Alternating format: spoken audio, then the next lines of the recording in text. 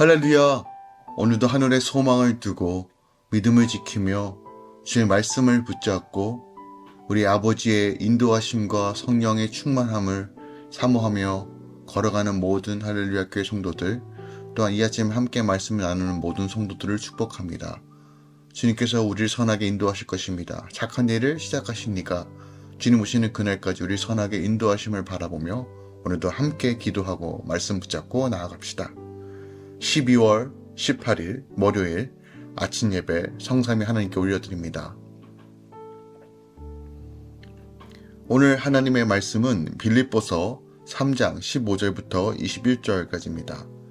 빌립보서 3장 15절부터 21절까지입니다. 그러므로 누구든지 우리 온전히 이룬 자들은 이렇게 생각할지니 만일 어떤 일에 너희가 달리 생각하면 하나님이 이것도 너희에게 나타내시리라. 오직 우리가 어디까지 이르렀든지 그대로 행할 것이라. 형제들아, 너희는 함께 나를 본받으라.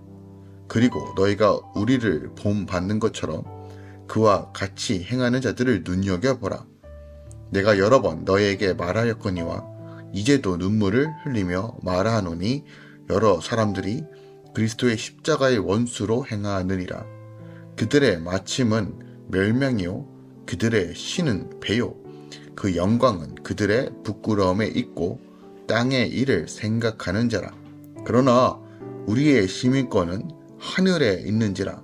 거기로부터 구원하는 자 곧 주 예수 그리스도를 기다리노니 그는 만물을 자기에게 복종하게 하실 수 있는 자의 역사로 우리의 낮은 몸을 자기 영광의 몸의 영체로 같이 변하게 하시리라.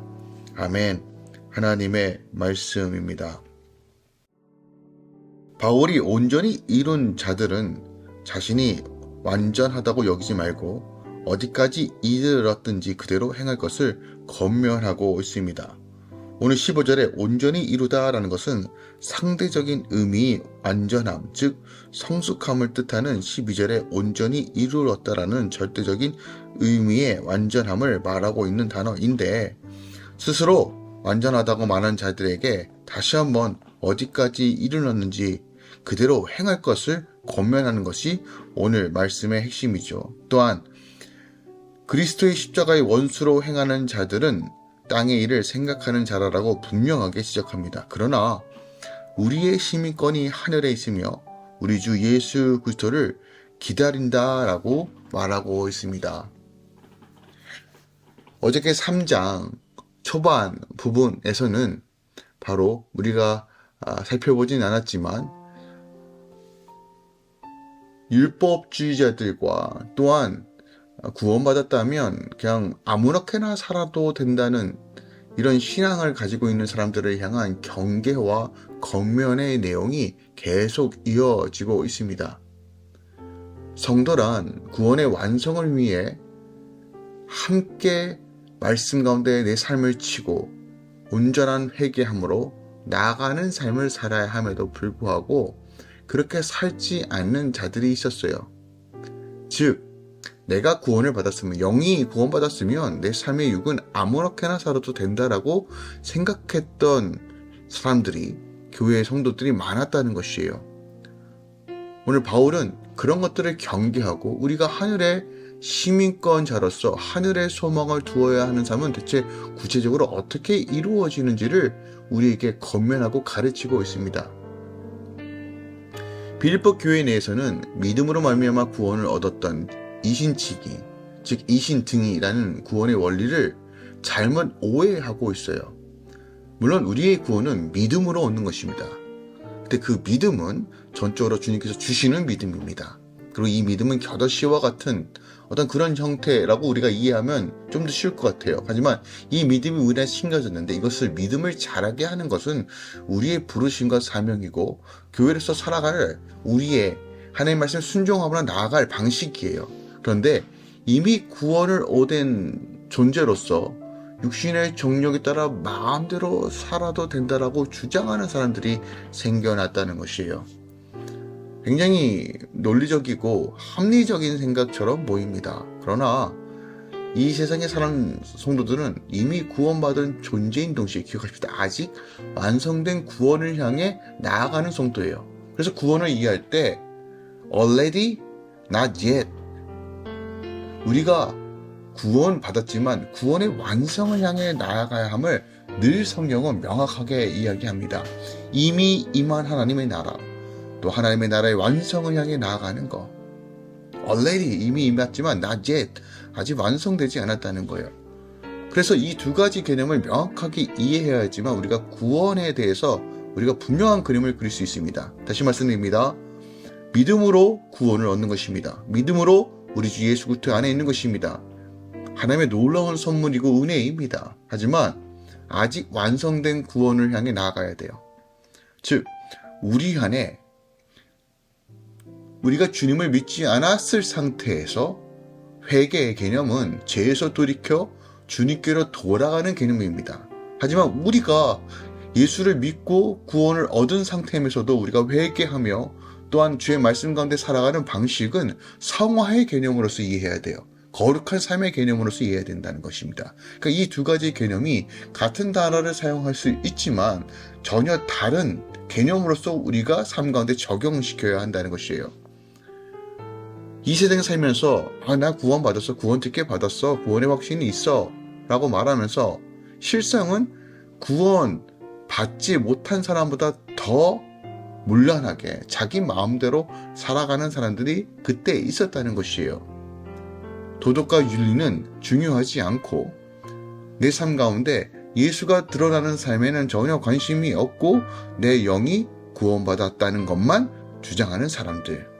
오늘 이런 자들을 향하여 스스로 온전하게 이룬 자라고 말하지만 너희들이 정말 그렇게 행하는지 스스로 경계하라 라고 분명하게 우리에게 말해주고 있다는 것이에요.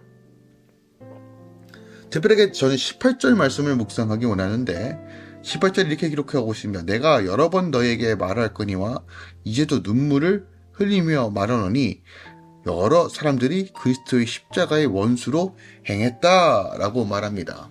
자, 이게 무슨 의미인지를 좀 살펴봐야 돼요. 바울이 십자가의 원수로 행하는 것, 이것은 결국 하나님의 진노와 저주 안에 있다는 의미를 포함하고 있는 단어예요. 그러니까 십자가가 우리의 유일한 구원의 방편입니다. 그러니 십자가의 원수로 행한다는 것은 결국 멸망의 길로 간다는 것을 스스로 선택한다는 것이에요. 그래서 바울은 19절에도 저희의 마침은 멸망이다라고 말하는 것입니다. 그렇다면 구체적으로 어떻게 행동하는 것이 십자가의 원수로 행하는 것일까요? 자, 이 개념과 너희들이 온전하다고 말하면서 정말 어디까지 행하는가 스스로 그것에 대해서 점검해 보라는 말씀과 우리가 연결지어서 오늘 본문 말씀을 해석해야 돼요. 자, 십자가의 원수로 지는다는 건 먼저 자기 행위로 구원받으려고 하는 행동입니다. 즉 자기 의로, 자신의 노력으로, 자신의 애씀으로 구원을 얻으려고 하는 것. 초기 교회에서는 당시 율법주의자들은 주님의 십자가의 구속 은혜를 무시하고 율법 준수를 통해서 행위로 구원을 얻을 수 있다라고 주장합니다. 그 대표적으로 유대교 출신들이죠. 할례가 대표적입니다. 할례를 행해야지만 우리가 구원을 얻는 것이다. 바울과 끊임없는 논쟁이 있었죠. 가장 대표적으로 갈라디아에서 그 논쟁이 참으로 많이 있었습니다. 즉 율법주의라는 것은 내 의로 구원을 이루려고 하는 하나의 방편입니다. 물론 우리가 신앙생활하는 입장에서 어떤 것을 행하는 것이 표면적으로 굉장히 익숙합니다. 하지만 주객이 전도되면 안 돼요. 믿고 주님을 사랑하기 때문에 행하는 행위와 내가 행함으로써 내 의와 내 믿음을 증명하는 건 완전히 다른 것입니다. 우리의 모든 동기는 주님을 사랑하고 감사와 감격에서 시작돼야 되지, 이것이 어느 순간 내가 내 스스로를 돋보이거나 내 의를 드러내거나 혹은 내 만족을 위해서 헌신하고 말씀을 지켜 행하는 것은 역으로 오히려 율법주의로 빠질 확률이 높다는 것이에요. 오늘 이런 자들을 향하여 십자가의 원수로 행하는 것이다라고 엄히 경고하는 것이에요. 우리가 얼마나 내 스스로가 구원자가 되려고 하는지 모릅니다. 신앙생활뿐만이 아니라 우리 삶에서도 마찬가지입니다. 내가 무엇인가 해결하려고 하고 내 능력과 내 힘으로 돌파하려고 하는 생각. 물론 우리가 어떤 영역에서는 우리에게 맡겨주신 일을 최선을 다해야 합니다. 그럼에도 불구하고 기억합시다. 우리가 가장 먼저 우선순위로 둬야 되는 것은 주님께 순복하고 주님께 맡겨드리는 것입니다. 내가 할 수 있다 할지라도 100% 주님께 먼저 맡겨드리고 기도하며 시작하는 거. 이것이 바로 내 행위가 아니라 믿음으로 사는 삶의 첫걸음인 것입니다. 더 나아가 믿음으로 산다는 것은요, 주의 말씀을 사모하고 주의 말씀의 질서를 행하기 위해서 말씀을 지켜 행하고 오히려 우리 삶 가운데 하나님의 의와 거룩이 드러남으로써 도덕과 윤리의 질서들을 풀어내는 것입니다. 대표적으로 초대교회 때는 영지주의자들이 영은 깨끗하고 육은 더러우니 깨달음을 통해서 영만 구원받으면 육은 어떻게 살아도 상관없다라고 주장했습니다. 그래서 이 영지주의의 잘못된 가르침으로 인하여 많은 교회들이 미혹당했습니다. 영은 선하고 물질은 악하다고 주장했던, 그러므로 육체적으로 행하는 것들은 결국 악이니 우리가 영만 구원받아도 된다고 하는 터무니없는 주장.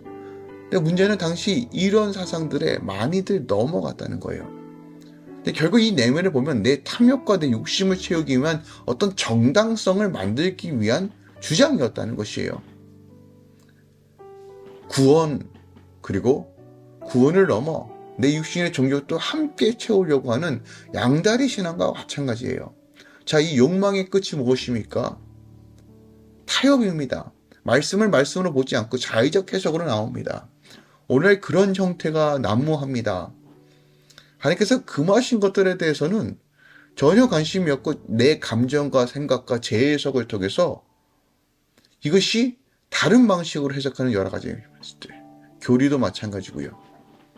이게 바로 눈과 귀가 막히고 영적인 감각이 무뎌지고 잠이 드는 그 단계까지 갔을 때 이루어지는 일들입니다.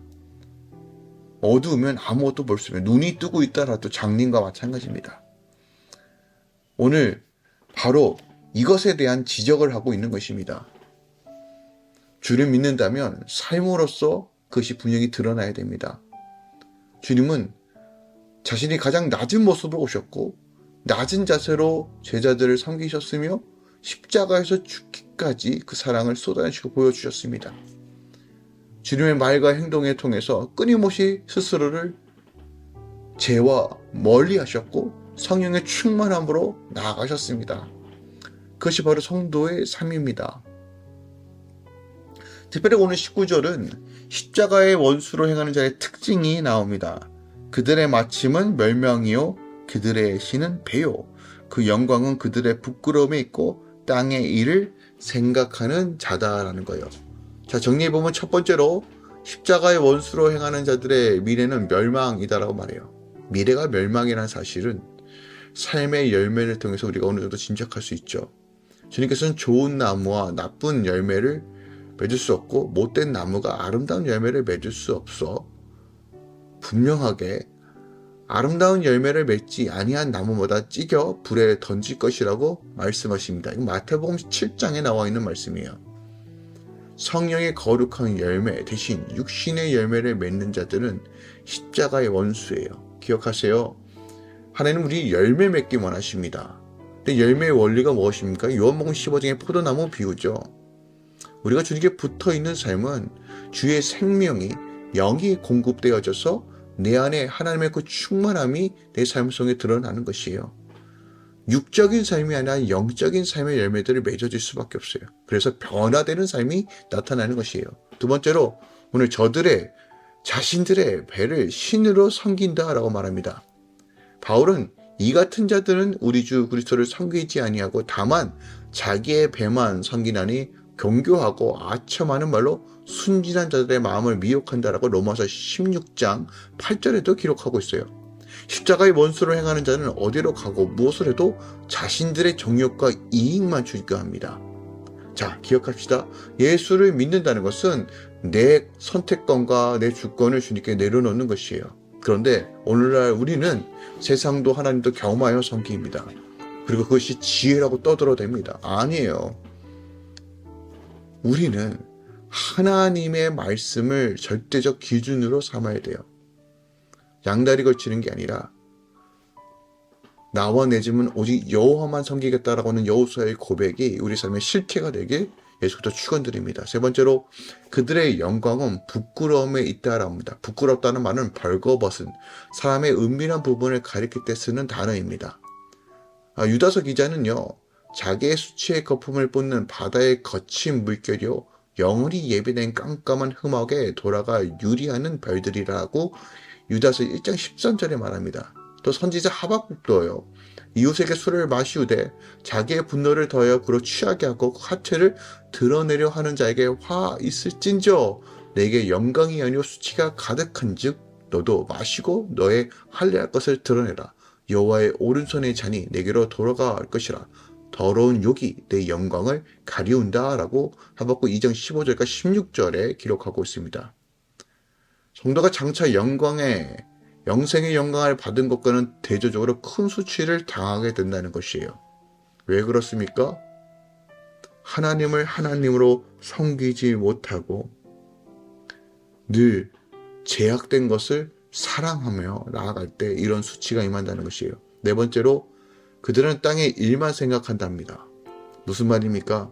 하늘의 소망, 하늘의 신령한 모든 것, 성령의 생각과 성령의 인도하심이 아니라 여전히 내가 원하는 것들에 집중한다는 것이에요.